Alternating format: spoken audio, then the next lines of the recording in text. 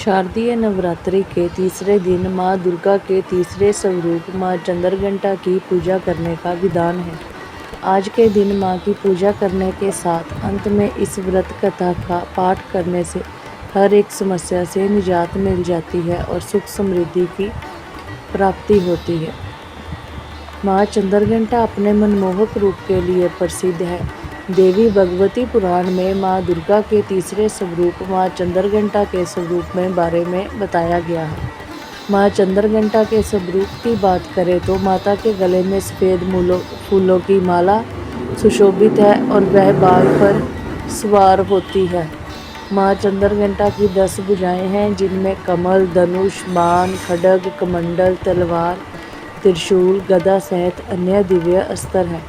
उनके सिर पर अर्धचंद्र स्थित होने के कारण उन्हें चंद्रघंटा कहा जाता है। शारदीय नवरात्रि के तीसरे दिन माँ चंद्रघंटा की पूजा करने से व्यक्ति के भीतर का भय समाप्त होता है और शत्रुओं पर विजय प्राप्त होती है। नवरात्रि के तीसरे दिन माँ चंद्रघंटा की विधिवत पूजा करने के साथ साथ व्रत कथा का पाठ अवश्य करना चाहिए। ऐसा करने से शुभ फल की प्राप्ति होती है और व्रत का संपूर्ण फल मिलता है। माँ चंद्रघंटा की व्रत कथा।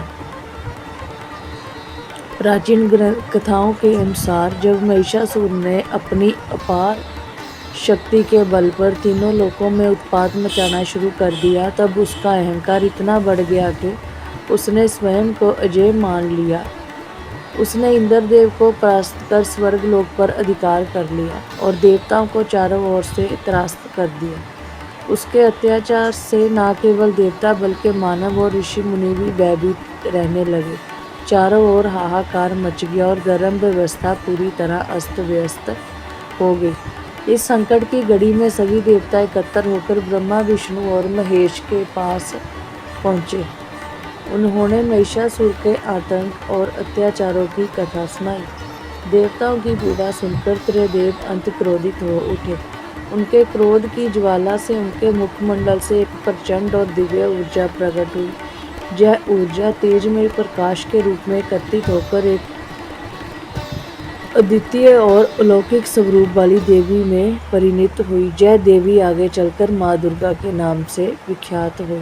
देवी को युद्ध करने के लिए सशक्त करने हेतु सभी देवताओं ने अपने अपने दिव्य अस्त्र शस्त्र उन्हें अर्पित किए। भगवान शंकर ने उन्हें अपना त्रिशूल प्रदान किया। भगवान विष्णु जी ने सुदर्शन चक्र, इंद्रदेव ने दिव्य घंटा, सूर्य जी तेज और तलवार दी। वायुदेव ने उन्हें वेग, वरुण देव ने शंख, अग्निदेव ने शक्ति, जमराज ने गदा और कुबेर ने अमोघ अस्त्र दिए। अन्य देवताओं ने भी अपनी अपनी शक्तियाँ और शस्त्र माँ को अर्पित कर उन्हें अद्वितीय सामर्थ्य से संपन्न किया। साथ ही हिमालय ने देवी को सिंह रूपी वाहन प्रदान किया, जिससे वे रणभूमि की ओर प्रस्थान कर सके। सभी दिव्य शक्तियों से सुसज्जित होकर माँ दुर्गा ने माँ चंद्रघंटा के रूप में प्रकट होकर महिषासुर को ललकारा। एक ओर असुरों की विशाल सेना और दूसरी ओर माँ का अद्वितीय तेज। युद्ध कई दिनों तक चलता रहा। अंततः माँ ने अपने त्रिशूल और अन्य दिव्य अस्त्रों के प्रभाव से महिषासुर का वध कर दिया।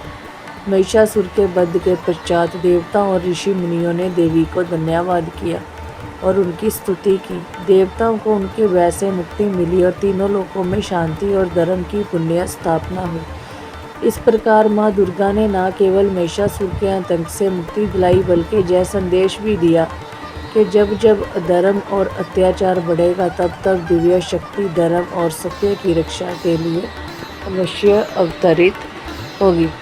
माँ चंद्रघंटा जी की कथा समाप्त। जय माँ चंद्रघंटा की।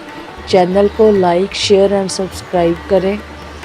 कमेंट में प्यारा सा कमेंट जय माता दी जरूर लिखें।